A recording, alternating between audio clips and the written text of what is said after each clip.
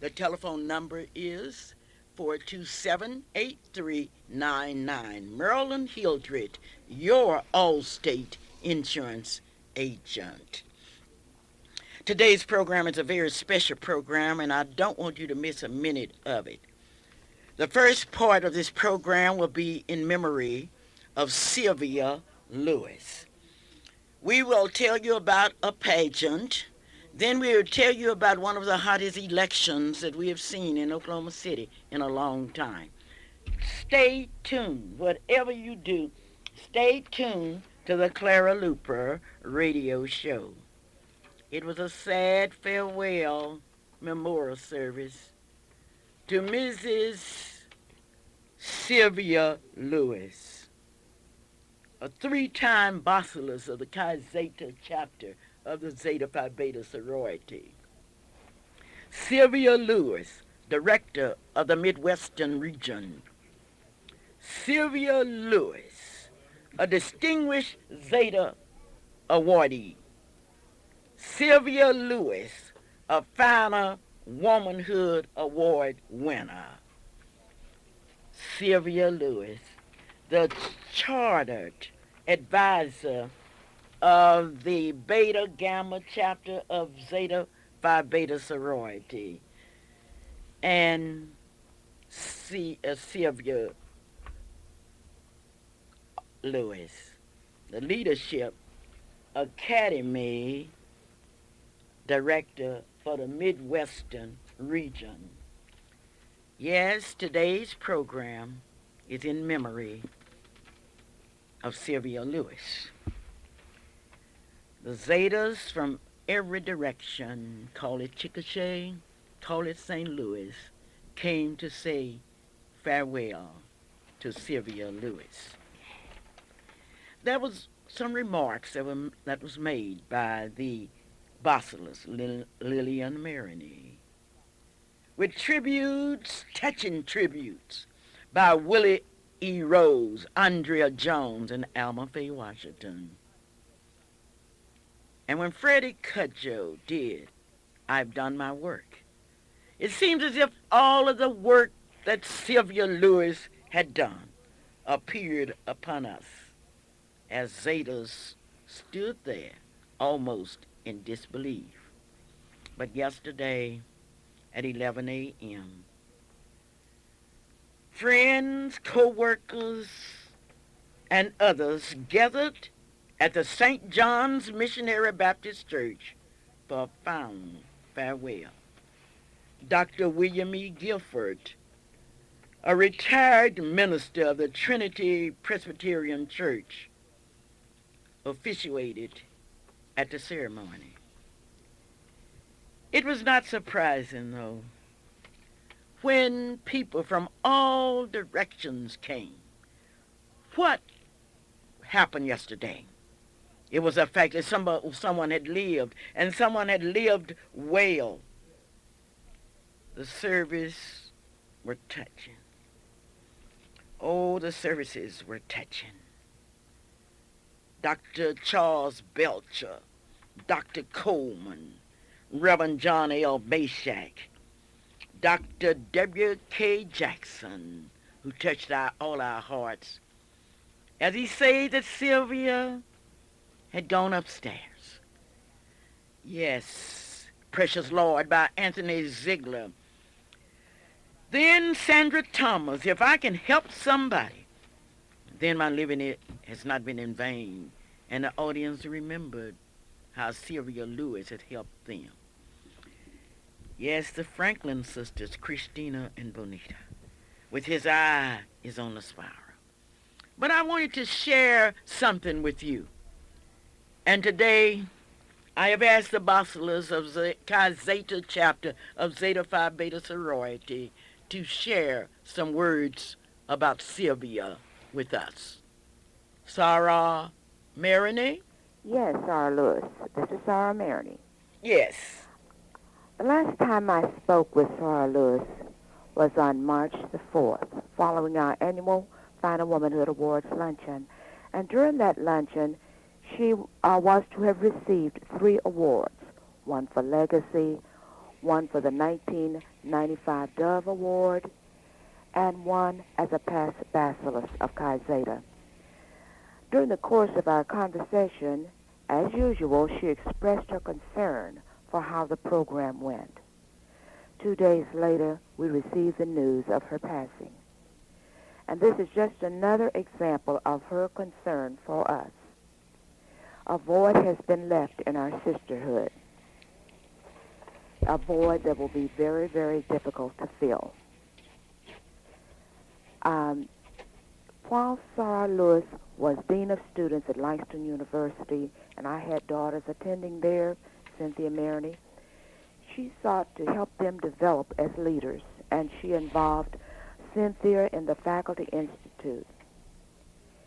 And there are just so many things that I could say about Sarah Lewis, but it's just time will not permit me to go into all of those. She has just been a beautiful person, a member of the family, and she always had such a loving smile, always inspirational in everything that she said.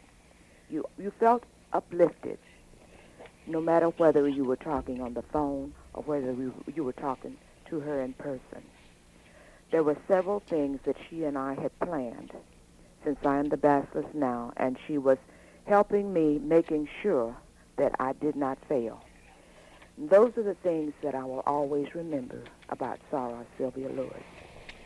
I understand that the Zeta Phi Beta sorority with its Chi Zeta chapter will meet this morning at 10 o'clock. That is true. We will be meeting at the McFarland YWCA on 16th and Martin Luther King. And there will be a vacant seat there. That is true. But there will be fresh memories That's of Sylvia true. Lewis for all of us. Thank Yes. you so very kindly. Thank you, Sarah Luper. Clara Luper's radio show, and this portion of it is dedicated to a leader. For the first time in the history of Oklahoma, 3 governors attended the funeral of a black person. The governors were ex-governor, past Governor Nye, past Governor Boren, and past Governor Walters. There they paid their respect to one of God's children. This is the Clara Luper radio show, and this portion of our show is being made possible by your Allstate insurance agent. If you're looking for insurance, even if you aren't looking, you've got to have insurance. Be sure and call Marilyn. 427-8399, that's a home number. Her office number is 843-0811. Marilyn is making this salute possible. Thank you, Marilyn. Yes, it was goodbye to Sylvia Lewis. Flossie A. Thurston picked up her pen and wrote these words. Your wise and gentle nature makes us look within the depths of our hearts and souls before placing blame on man. These gifts you have unselfishly given, and we are far better we know. We thank God for you, dear Sylvia, for you have caused us to grow. Yes, it was goodbye to Sylvia. Crowds lined up to say goodbye. The Langston University's concert choir, under the direction of Dr. Garcia, did a rendition of Lift Every Voice and Sing. Goodbye to Sylvia. Sylvia Austin Lewis. It was goodbye. Thank God that Sylvia lived in order to give us hope, to show us that it can be done. Yes, we understand. This is Clara Luper reporting on the Clara Luper radio show. We are now today. There are many of you that would like to say something in memory of Sylvia Lewis, but a young man touched us all yesterday as he stood so proudly and paid a tribute to Sylvia Lewis. Representative Opio Toure? Good morning, Mrs. Luper. Yes. How are you this morning? I am proud to have you to share with the radio audience all over this state those words, those uplifting words that you gave to us yesterday. Would you do that for me, Thank please? you, Mrs. Luper. I'll be happy to. Whatever achievement one has, whatever goal one reaches, whatever success one achieves, is due in large part to the influence of teachers. Hundreds of men and women today are achieving great things, reaching fantastic goals and having unparalleled successes because they were blessed, and I was blessed to have been a student of Dean Sylvia A. Lewis. Her service for so many years to numerous civic and social organizations, her induction into the outstanding halls of fame, her kind smile and helping hand, all of this notwithstanding, I trust that the memory of Dean Lewis will live on in the achievements of innumerable people because she was a teacher.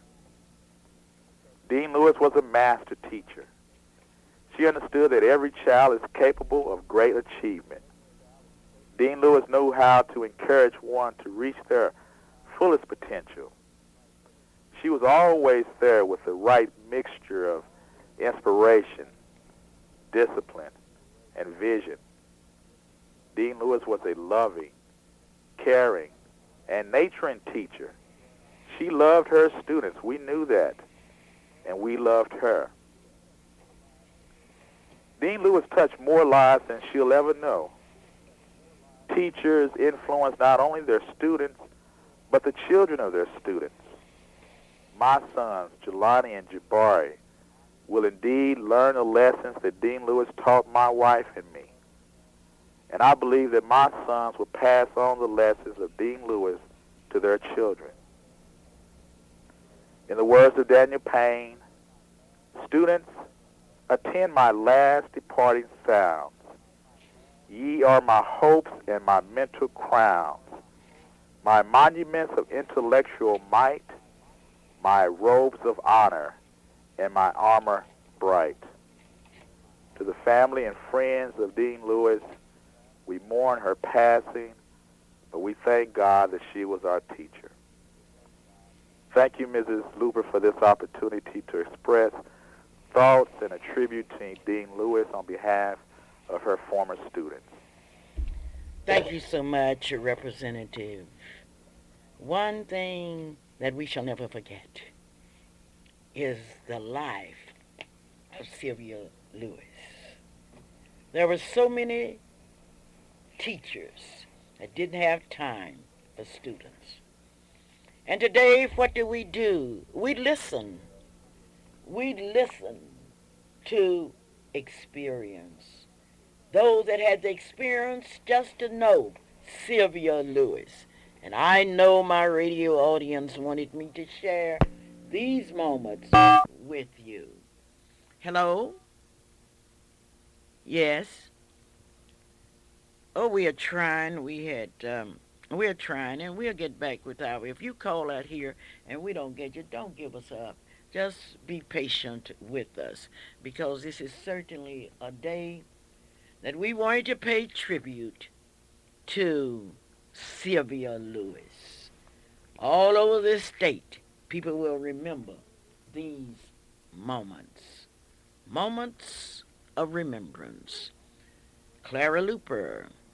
This portion of the program is being brought to you by one of Sylvia's sorrows, Marilyn Hildred, your Allstate agent. Hello? Hello? Okay, Daddy, hang it up. Oh. Turn the radio up, Daddy. Okay. Oh, At least, hello? yes. Is this Aunt Clara Luper? Yes, it is. This is your nephew, Calvin Davis. Hi, hello, Calvin. How are you? It was so I'm good just to fine. see How are you doing? you. May I call you Attorney Calvin You Davis? can call me whatever you like, Aunt Clara. Thank you so much for giving me that opportunity. You flew in from Los Angeles, California to be with your family. That's correct.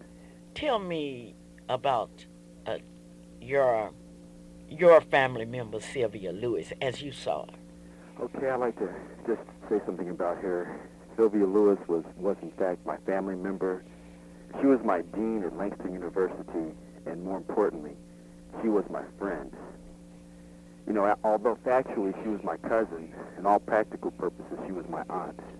Therefore, I did call her Aunt Sylvia Lewis. And I'm going to tell you, she possessed a very unparalleled, loving, and yet professional attitude. I mean, I can tell you that Langston University was incredibly blessed to have Dean Sylvia Lewis to serve as its Dean of Student Affairs. I truly believe that she loved every one of us, just like a mother.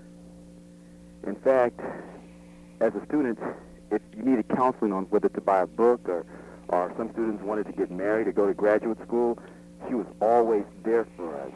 And when she disciplined, it was out of parental love. It was never mean-spirited, never. She had an infectious smile. It permeated throughout the faculty, the staff, and the student body. And she was way ahead of her time. You may recall she lived in Africa. She exposed many of us to the beauty and to the culture and the nobility of Africa long, long before it was commonplace to call ourselves African Americans. She was way ahead of her time. And she, in fact, I want to tell you this, Aunt Clara, she was one of the only adults I knew of over the age of 50, this is around 1980, who could accept rap as an art form. Only now can I think about rap as being maybe not an art form. She was way ahead of her time. She was just a very, very, very loving person. She could view non-conventional expressions as a point of personal prerogative. She was my aunt. She was my dean. She was my friend, and I'm going to miss her.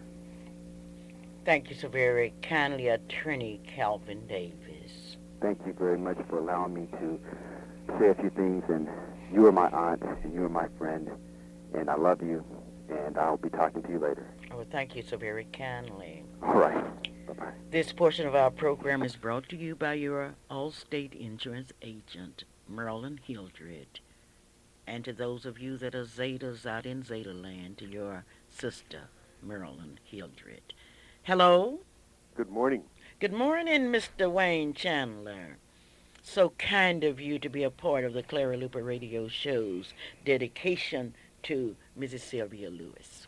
Thank you. Share some moments with me. Well, I had the deepest respect for Sylvia Lewis. Number one, she was an astute student of the body politic. She was a very dedicated person. I remember when we were working at OIC, we had a morning class and what we call a night class. The morning class, or the day class, I should say, ran from until 5 o'clock in the evening. The night class started at 8 and ran until 10. By her being in charge of training and the curriculum, many nights she was there until after 10, well after 10. But the thing that I remember most about being at OIC was the fact that it wasn't anything unusual to see 8 or 10 students waiting patiently to visit with Ms. Lewis. Not only was she a confidant for the students, she became a good confidant for those who were employed there. I would say that most all of the employees at one time or another went to Mrs. Lewis with some problem, and she handled it as she always did, quickly and quietly. Now, as to the other thing that I enjoyed so much about her was the fact, as you recall, when she was appointed to the Board of Regents, being the first black and black woman, there was quite a cloud of mystery and uncertainty over that appointment. But the thing about it was that they did not know that she had had experience in college as a professor, as a dean, and as director of the branch, the Langston branch in Oklahoma City. So therefore, she could converse easily on problems that had to do with students at the university. She spoke the language. When you mentioned something about the ACT test or the SCAT or any of those things, or the different types of grants, she was at ease because she had experienced it. But the thing that I would say that her greatest talent was the ability to motivate people. I saw people that came to OIC with no idea that they would even do anything while being at OIC.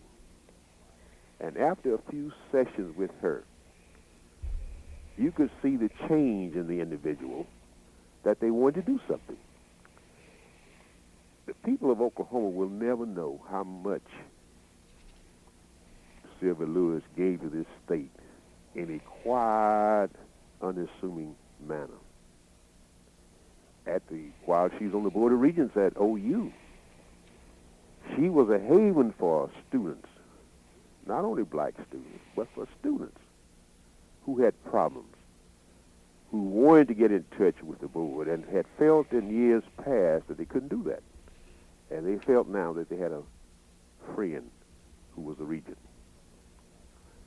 I could talk on, but I know that you have any number of people that you're going to contact, and I would say that she was a jewel, and we will miss that smile. And you know that she had 2 or 3 different smiles. She had a convincing smile when she wanted to really get something done. And then she had that friendly smile to let you know that she accepted you as a friend.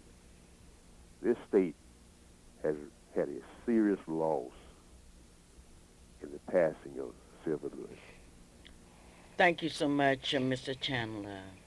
And as I close this part of my memories and our memories of Sylvia Lewis, just a personal note. Sylvia was my friend.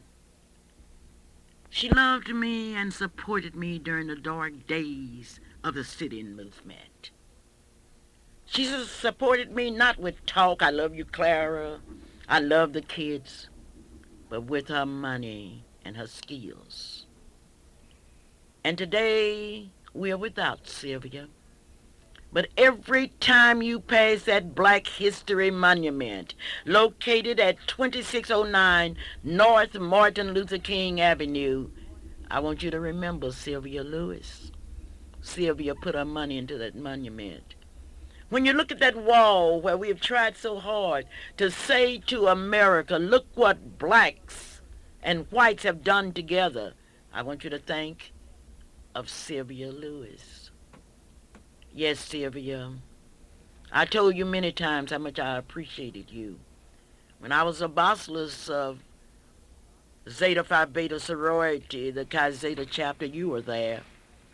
And the interesting thing about Sylvia, she accepted me in spite of all of the mistakes that I have made. Clara Luper reporting. Today is going to be a very busy day. There will be an important election. The NACP will elect its president today. Now, I'm going to tell you something, and I know you won't believe it, but you have to believe it because I'm going to read it to you. Let me give you a bit of background. The NACP elects its officers every 2 years. Now, Roosevelt Milton has served for 6 years, and this year he was challenged by Sandra Mitchell. In fact, I nominated Sandra Mitchell, and I did it because of the First Amendment which guaranteed freedom of speech.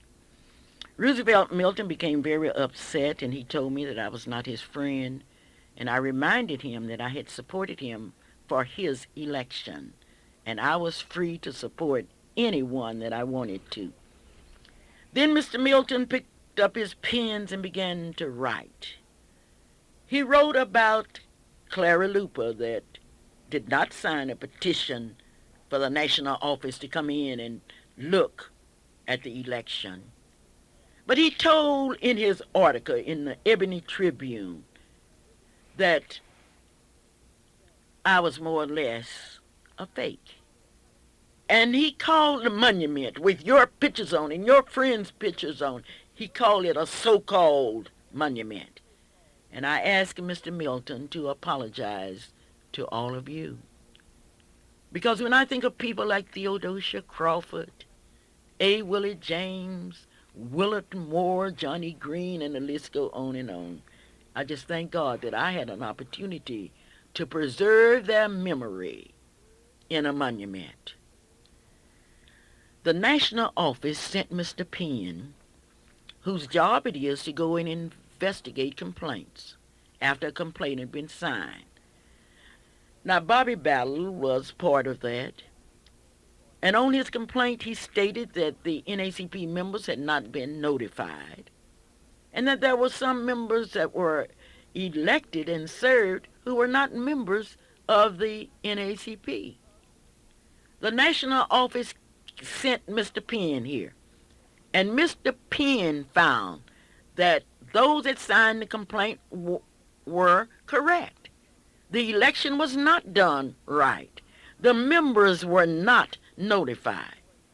So therefore, the national office sent a letter to Mr. Milton stating that they would send Mr. Reeves in, and he would, not Mr. Reeves, that the national office would conduct the election.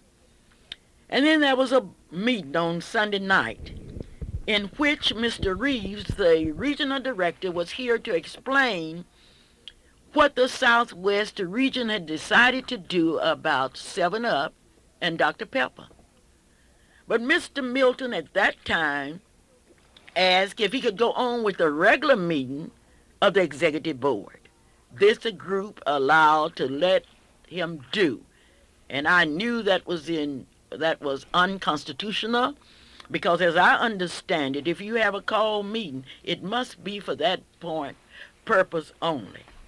Well, at that time, Mr. Milton recommended that we would have an injunction against the national NACP. There was quite an argument. John E. Green, a life member of the NACP, stood on the floor and pleaded, along with me, to the group not to vote to have an injunction. At that time, we were outvoted, I think by 1 or 2 votes, only to find out that some of the people that voted for an injunction was not even members of the NACP.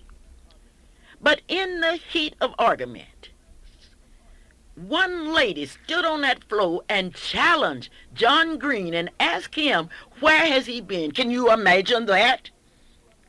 Where has he been? John Green has been fighting for civil rights long before we ever heard of the lady that asked the question. I can tell you where John E. Green has been.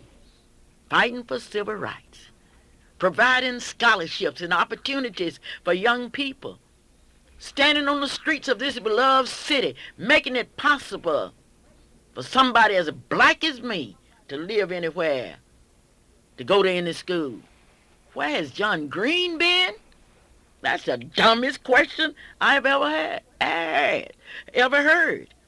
Plus, one lady asked me to shut my mouth because I was saying that we cannot get an injunction against the mother body of the NACP. The national office is more or less, they tell us what to do. It's no if and and about it. But anyway, we were voted again, against, and I would like to read to you this petition because yesterday I was called and asked to go down to the courthouse, down to Judge Mathis' court, where they were hearing Mr. Milton's injunction plea. Other elected members of the branch have the contractual right to have such election results honored. Now, remember now, the national office came in here and found out that Mr. Milton did not go by the rules of the national office. That since that time, the NACP nationally has refused to honor the election results and has failed to make a good faith effort to investigate complaints. That the national NACP has, in violation of the contract, ordered that the November 13, 1994 elections be conducted again. As a result of these actions, the branch, Milton, and all others will suffer harm if the elections are held. Now, this is what Milton was saying. On March 5th, 1995, the branch held a meeting, and majority of the board voted to take legal action to preclude the national NACP's breach of contract. Now, this is what Mr. Milton requested. The branch, Milton, and all others situated request a jury trial, an injunction precluding the national NACP from holding any election until a complete and full investigation according to the terms of the contract. Now, this is what really shocked me.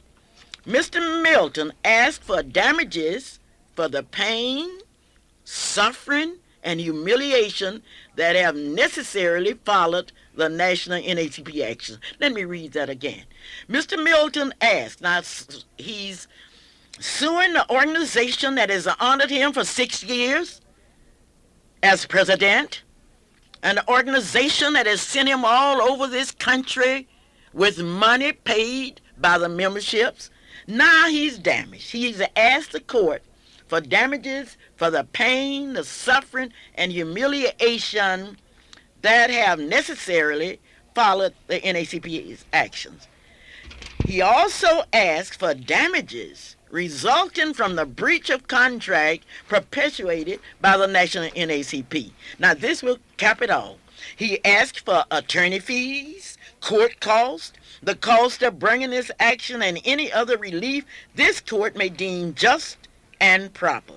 Signed by his attorney, a young white attorney, Walter Blaine Jenkins, attorney for Milton. Well, I'll tell you more about that in a few minutes because I know you're shocked just like I am that any president that has benefited from NACP would ask. Well, on last Saturday night, Oklahoma City selected Miss Black Oklahoma City and Miss Black Oklahoma County. And with me now is the lovely Miss Black Oklahoma City. Hello?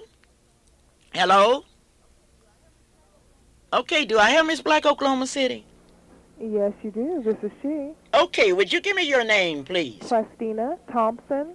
Christina Thompson. You were crowned Miss Black Oklahoma City. First thing I want to know, who are your parents? I'm sorry, what did you say? Who are your parents? Oh, I'm the daughter of Brenda and Preston Thompson. Oh, so that's where that Prestina came in. Right. Okay. How does it feel to be Miss Black Oklahoma City? It feels wonderful. I've had a nice time, and I feel like, that the pageant really went well, so it's really been great. Are you looking forward to the state pageant on June the 18th through the 24th? I'm definitely looking forward to the state pageant, and I'm very confident that I'll do well. I hope to win. Well, thank you. You are a student at McGinnis High School. Hello? I'm sorry. Could you repeat that? Yes. You're a student at McGinnis High School. Uh-huh. Okay. Well, I would like to wish you luck, and I just wanted to hear your beautiful voice. Okay? Okay. Well, thank you, and goodbye. All right. I'm expecting Miss Oklahoma County to call me, a beautiful young lady, and my telephone number is 672-1220. Yes, I told you that Roosevelt Milton sued the NACP, the organization that broke down segregation, the organization that moved us from the back of the bus to the front of the bus. He sued them because they came down, they found some errors in the election, called it to his attention, and I have an article in a newspaper where Milton admitted that he was wrong, but yet he sued the NACP and asked the NACP to give him, listen, to pay the court cost, and I told him that other night, I said, who's going to pay for this? Who pay the attorney fees, pay the cost of bringing this action, and he asked for damages for the pain, the suffering, and the humiliation. I wish Milton would call me and tell me what pain he has suffered. He doesn't know anything about pain until he talked to John Green, Leslie Brown, Ira Holmes, and others that have been in the movement, suffering and humiliation, and have necessarily followed the NACP action. Well, the NACP is bigger than any one of us, and yesterday we went to court. Oh, it was something. Bobby Ballard, Richard Moore, and I were there on behalf of the NACP. And Mr. Walter Jenkins was there on behalf of Mr. Milton.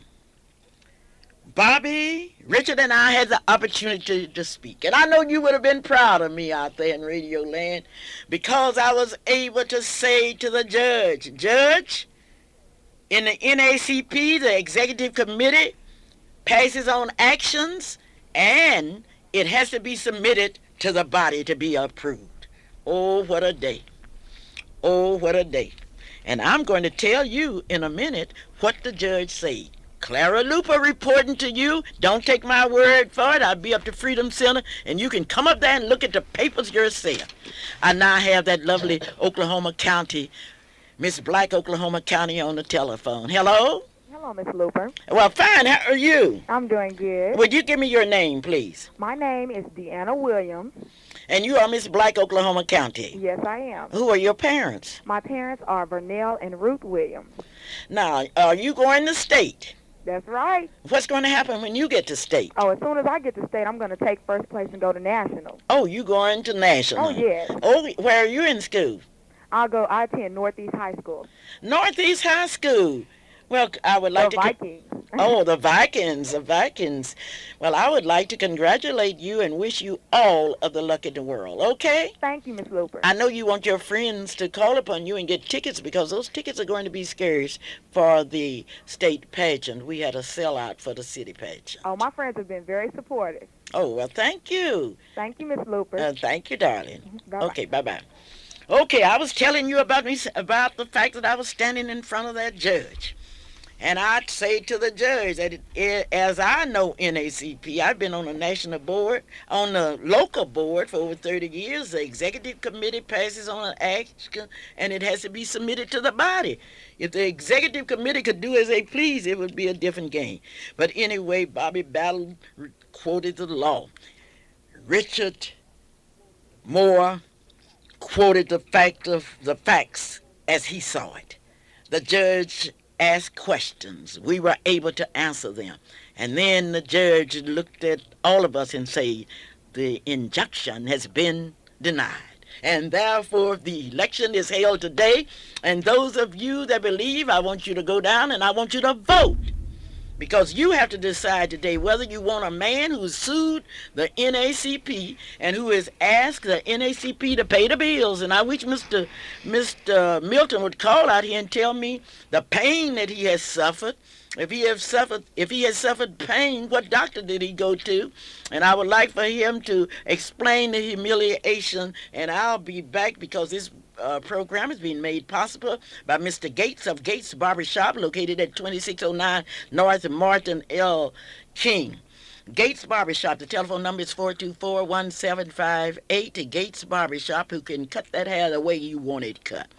IGA Hometown is open 24 hours a day, and it's open for your convenience. You can go in anytime at 2001 Northeast 23rd Street and buy the groceries you like. Dr. A.L. Dial is attending a very important meeting today in New Orleans, Louisiana, but he will be back in his office on Monday. Johnson Shardina's Daycare Service. Johnson Shardina's, where your child can get the care that your child needs. Johnson Shardina's Preschool and Nursery. Located in the heart of Oklahoma City, 1643 northeast of 50th Street in Oklahoma City, Oklahoma. Johnson Shardina's Preschool and Nursery, also located at 1917 Northeast 24th Street. Paul and Gloria Matthews are the owner. Deanna Red is the secretary. They have a program available. They will pick up your child and deliver your child. You won't have to worry. Johnson Shardina's Preschool and Nursery, located in the heart of Oklahoma City, 1643 Northeast 50th Street. The telephone once again is 424-4656. Give Me a Free Hand, located at 3838 Northwest 36, Suite 100. If you need someone, or you are disabled, or you are ill, or you don't have a companion, give me a free hand, they cry. Call 946-8928. I would like to talk about Passion Home and Health Care. 3838 Northwest 36th Street, Suite 100. The telephone number is 943-5779. This is the Clara Luper radio show, and I'm going to tell you as I see it. Hello? Hello? Mrs. Luper? Yes. This is Sandra Mitchell. How are you this morning? Sandra Mitchell, I'm telling it and reading it as I see it. Well, you know, a few weeks ago you were a general. You were honorary general. Am I correct? No, I'm a colonel. Don't Colonel? Honorary right. colonel. Yes. Is the Bar Association going to call you and make you an honorary attorney? I should be, because I did that case yesterday. I heard you did an excellent job yesterday. Well, thank you so very kindly. I presented my case on behalf of the NACP, the organization that has taken me from the back of the bus to the front. I never would sue. That's just like suing your mama. That's correct. Okay, now what do you want the people to do for you today? Mrs. Luper, I want the people first to be sure to come out and vote, exercise their right to vote. And I'm asking for the support of the Oklahoma City branch NACP members, because a vote for me will be a vote for change in the Oklahoma City branch NACP. I want to take NACP back to member and community involvement, involving the senior members of our branch, and encourage the religious community to come back to us, because this is where NAACP originated, and we must have the religious community back with us in order to be a strong, viable branch, and give the branch back to the members and solicit issues, from the community that the association should focus on rather than personal issues. How many memberships did we have a few years ago? Back in '89, when Mr. Milton first came in, it was, to my understanding, over 4,000 members. And today, how many do we have? From the national office, per Mr. Starr, it was 663. And that was at the meeting that was held on Sunday, March the 5th, which was an illegal meeting. Okay, then you want people to go out and vote for you. Yes, ma'am. Okay, now I want to ask you a question. Now, if we elect you today, will you ask for an injunction and try to have a jury trial against the NACP? No, ma'am. Will you sue us for paying a lawyer that we didn't hire? No, ma'am. Will you, Sandra Mitchell, now, will you sue us because you have suffered pain? And I don't know whether Mr. Milton has a prescription. I'm sure he does. Because you have suffered and been humiliated? No, ma'am. No, ma'am. You will not do that, but you want us to vote. And when can we vote? Between 10 a.m. and 2 p.m. today. Where? At 1500 Northeast 4th at the Jimmy Stewart Building. Thank you so very kindly. And thank you so much, Mrs. Luper. Okay. We thank you so very kindly. This portion of our program is being brought to you by Miss Black, Oklahoma. Hello? Hello? Letty? I thought I had Letty Ruth Hunter on the air. Well, we're going to, so many of you have called me about Miss Black, Oklahoma, and let me tell you I want to give you some facts in that case. About Miss Black Oklahoma? Yes. Well, okay, you want to go ahead and do that? I'll listen. Okay, I want you to listen because I want you to know the facts. Lady, in May of 1900, May 17, 1994, I received a letter from Lorraine Shaw Franklin, and she asked me if my young ladies could participate in a fashion show. And naturally, I got your approval and others, and they uh, participated. Now, in this letter, Miss Franklin said, I would like to donate some of the money from this event to the Miss Black Oklahoma pageant, but she didn't. Well, anyway, to make a long story short, when I heard there was a Miss Black Oklahoma, USA, in Oklahoma City. Oh? And I said, well, the public is confused. And it was quite confusing because so many people thought it was Miss Black Oklahoma. Okay. So I called her and asked her if she would change the name so it would not be confusing. And she told me she would not, and she did not. So she started her pageant. In the meantime, people began to call, Clara, you having a pageant Saturday night? When are you having a pageant? When she had, and she's smart, she had Miss Black Oklahoma in large letters and then and then USA something.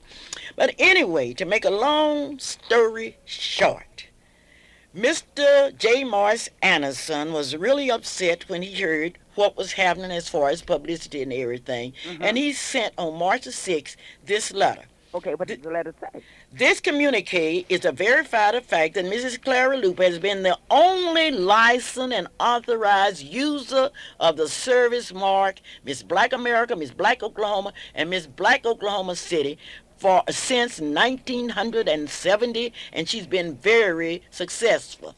He further states that any infringement upon those service marks would inflict irreparable damage upon Clara Luper, Miss Black Oklahoma, and the Miss Black America pageant.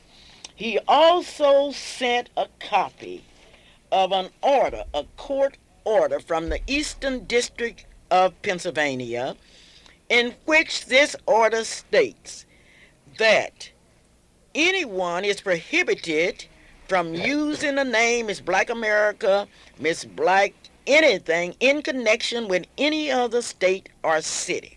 Well, sure, because he has a franchise on this. He has a franchise, and he's a founder of it, and I have to pay him every year to use the name Miss Black Oklahoma as part of the Miss Black America pageant. Yes. Now, I don't know why the founders of this pageant didn't jump on someone that was financially able to take it. They could have called it Miss Black Safeway, Miss Bronzeville, Miss Black Brahms, but picked on poor little Clara Luper and her pageant. Now, sometimes people will grin in your face and steal your name and everything. Now, what is happening? I went to my attorney, Attorney Don Davis, and the attorney. Now, first, I had sent a letter and all of that. I'd gone through that. And Attorney Davis negotiated with the attorney of this pageant, Attorney Cook, out of Houston, Texas. And I'm happy to tell you, I'm happy to report to you today that a temporary agreement regarding the title of pageant has been handed down. Be it remembered, I would like for you to listen at the order, that on this day, the parties of the Miss Black Oklahoma Metroplex USA pageant system, Carolyn Mason and Lorraine Franklin, and the parties of the Miss Black America Oklahoma pageant, Miss Clara Luper, hereby agree that the name Miss Black Oklahoma will not be used. But we compromised because we didn't want to stop the pageant. We didn't want their money. But from now on, that pageant will be called by an altogether different name. This is Clara Luper reporting. Lady, what do you think of that? Hello? Well, Lady? Well, we've cut off. I know what I think. I would like for you to think. In the meantime, you want to think about the ball game tonight, and here she is, Jasmine. John Marshall will be playing Tulsa Kelly for the 4A-time boys championship. Oh, great. John Marshall will be playing tonight. Where will that be, Jasmine? In Tulsa, Oklahoma at 7 o'clock. I thought John Marshall was playing at 2:30. John Marshall is playing at 2:30. Jasmine, don't. And those of you that are John Marshall fans, get on that turnpike and go on over there and pull for those Bears. Okay, what else is happening in Tulsa, Jasmine? Nebraska City will play No, Tulsa. wait, now don't say Nebraska City. That's not Nebraska City. Midwest City. Midwest City will be playing Tulsa, Washington. Washington for the 5A Boys Championship. The 5A, go Bombers go. Midwest City will go up against Booker T. Washington, and that will be at what time? 7:10 p.m. 7:10 p.m. There you have it. Thank you, Jasmine. Bobby? Hello? Hello, this is me. They hung up on me for 3 times this time, so I told Okay. yeah, Well, what do you think? What do you think about somebody taking our name? Well, you know, I couldn't believe any of this that you have said this morning. I couldn't believe it by the NAACP, but you know that I knew this had happened. Neither would I believe that somebody would take a name, and there's a billion names out there that they could have used, but they need help. People to do that, Mr. Luper needs help. So we don't want to worry about that either, because everything will turn out for the best. And to talk about something good, I have something good I want to tell the people, because I'm part of this chapter that I'm going to tell you about, the Martin Luther King Jr. chapter 110. They're going to give us one of the best cultural looks of beauty and essence. And this is going to be on March 19th, 1995. So if you want to see something that's good looking and something that's beauty and essence, and it didn't take nobody's name either, this affair was going to be held at the King David Lodge, number 50, and that's located at 2730 Northeast 25th. Now, if you want more information about this, because seemingly we're running out of time, the telephone number is 427-1237 or 424-2714, and ask us about this elegant cultural look of beauty and essence that we are going to be putting on for our community. We want to be... Where will it be, lady? It's going to be held at King David's Lodge. Where is that? That's 2730 Northeast 25th Street here in Oklahoma City. Okay, lady, I'll see you about 12, okay? Okay, because we're going to the election, and I know you're going over to the sorority meeting. Oh, yes, I got to get to that election, and all of you that want to vote, get out there. But I'll be looking for you, and I hope nobody will call and tell me this time that I can't come and vote. Okay. That's what they called and told me before. Okay, then. All right, see you okay. now. Okay, bye-bye. Bye-bye. Hello? Bobby? It's Soul Bazaar time in Oklahoma. The Soul Bazaar will be held on March the 31st and April the 1st. Those of you that want to get in it, it's Keep On Hopping. That would be a one-leg hop contest. All you have to do is call us and let us know. There will be a show that will be put on by the Miss Black Oklahoma Pages Annex Stores. Hello, Bobby. Hello. Seminars, exhibitors, and all. You're welcome to exhibit in Soul Bazaar 95. Yes, Bobby? I just want to congratulate you, Mrs. Green, Mr. Richard Moore, Mr. Ed Stamps, and myself for being able to convince the judge yesterday, along with some of our other leaders at the national office, concerning that injunction. I'm like everybody else, basically shocked that such was undertaken. Also, Mr. Jenkins, who represented Mr. Milton, we happened to strike up a conversation, and I asked Mr. Jenkins about the $975 that was paid out of the NAACP money to him for Roosevelt Milton's defense fund. And he said, yeah, he received the check, but he was not a part of Mr. Roosevelt Milton's legal defense fund. So again, all of the dirt and stuff that's been in the dark is coming to light. Here's a man that has been paid $975 out of NAACP funds, and yet he said himself that he was not involved with Mr. Roosevelt Milton's legal defense fund. I would say, Bobby, I want to ask you, we've just gotten a call out here and wanted to know, did Mr. Milton hire a black lawyer? No, Mr. Jenkins is a white lawyer. No, we don't mind that, but somebody in the public wanted to know. No, he is definitely white, a young white fella. Mr. Milton also has Frank Walter and his wife, who is handling his personal case, and they are white also. Okay, well, maybe today his white friends will come over and re-elect him. Well, I think the lines are clearly drawn. Well, Oh, one other thing, Mom, is the fact that Mr. Milton went to a couple of people that had signed the original complaint that got the November election reversed. That's Marcel and Dennis. I'm not going to call their names, but as I spoke at the meeting of March 5th, they claimed that those names were forged, and this is the affidavit that he procured from them. Dear sirs, this will confirm we, the undersigned, don't recall signing our signatures on the petition to have the election investigated. We do remember verbally stating if any wrongdoings were done at the election, it should be looked into, and it's signed by Marcel and Dennis. But as I stated earlier, those are serious charges when you talk about forgery, and these people have signed this affidavit, so Cape and some of our associates, we're considering filing perjury charges against Marcel and Dennis. Okay, we have to talk about that later because Calvin is here, and we want to know how Calvin feel about Miss Black Oklahoma. Mama, you don't have to worry about how I feel about Miss Black Oklahoma or the NACP election or the untimely, I like to say, passing of a dear friend, inspiration all my life, Mrs. Sylvia Lewis, Dean Lewis. But I appreciate the opportunities that I had just to be associated with her. Appreciate all of the Zetas, but Mrs. Lewis was always a special person in my entire life. But today is a very important day to us because we do have an opportunity to go to the NACP office there at the Jimmy Stewart building and to elect a president of what I would like to say the most progressive branch in the whole NACP structures.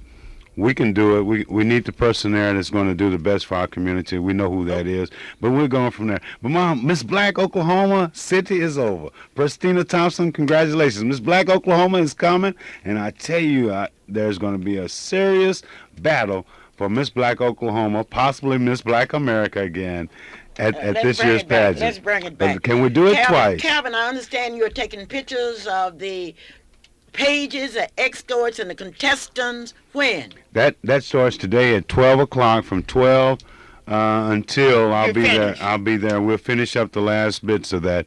But then, it's so important because those people that have been in the pages and the escorts and the contestants, they know what has happened with the pictures we've had. We have no problem, though, because today at 12 noon, Freedom Center, you may come by there, bring that escort by there, and I have something special for you when you get by there. But the big thing is make sure you come by Freedom Center, 2609 North Martin Luther King, the home of the Black History Monument. I've presented the facts to you today. This is Clara Luper, and I'm not going to shut up. I shall continue to present to you the facts. As Abram Ross used to say, I don't make the news, I just report it. Let me tell you something.